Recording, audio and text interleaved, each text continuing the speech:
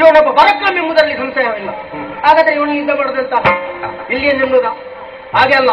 ಇನ್ನು ಕಪಿಗಾರಿಕರಂತೆ ನಲ ನೀಲ ಅಂಗದ ಬೇಕಾದವಷ್ಟಿದ್ದಾರೆ. ಅವರಲ್ಲಿ ಅವರ ಸೇನೆ ಅಂತ ಹೋಗ್ತೇನೆ ನೋಡುವ.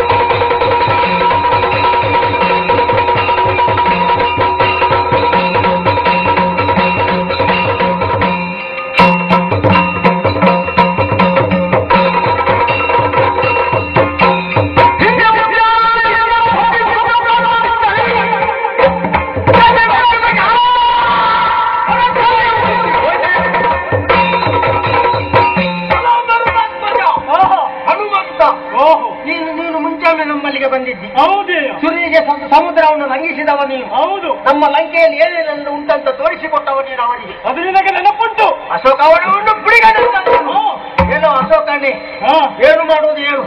ನಿಮಗೆ ಏನು ಗೊತ್ತುಂಟಾ? ಏನು ಗೊತ್ತಿಲ್ಲ. ಮರ್ಯಾದೆ ಏನು ಗೊತ್ತುಂಟು? ಹೊಲವನ್ನು ಬೆಳೆಸಿ ಗೊತ್ತುಂಟಾ? ಎಷ್ಟು ಕಷ್ಟ ಉಂಟು. ಮಂಗನಿಗೆ ಮಾಣಿಕ್ಯದ ಯಾವ್ದಾದ್ರು ಸಿಕ್ಕಿದರೆ ಕಚ್ಚುವುದು ಬಿಸಾಡುವುದು, ಮುರಿಯುವುದು ಬಿಸಾಡುವುದು. ಅದನ್ನು ಹೇಳ್ತಾ ಇದ್ದೇನೆ. ಹಾಗೆ ಮಾಡಿದಕ್ಕೆ ನಿನ್ನನ್ನು ಬ್ರಹ್ಮಾಸ್ತ್ರದಿಂದ ಕಟ್ಟಿ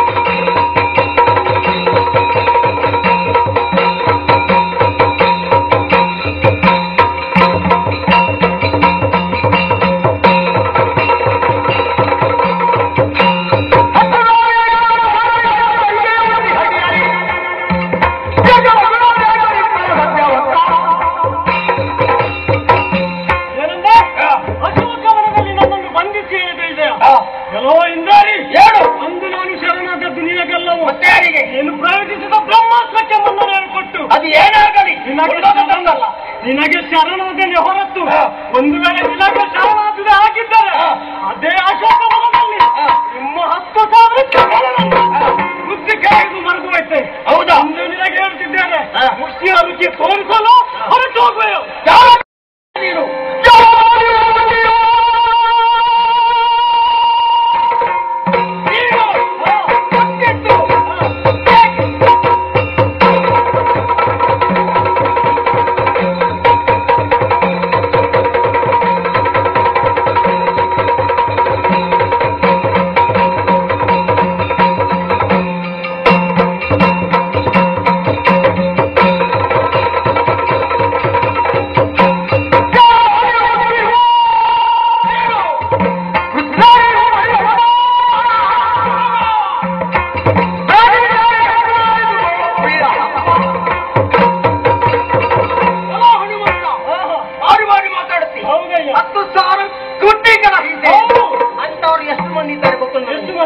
ಇಷ್ಟೆಲ್ಲ ಇರುವುದು ನಮ್ಮ ಅದಕ್ಕೆ. ಹೌದಾ? ಅಂತದ್ದನ್ನು ಹುಟ್ಟಿದ್ರೆ ನಮಗೆ ಲೆಕ್ಕಕ್ಕೆ ಸಿಗುವುದು.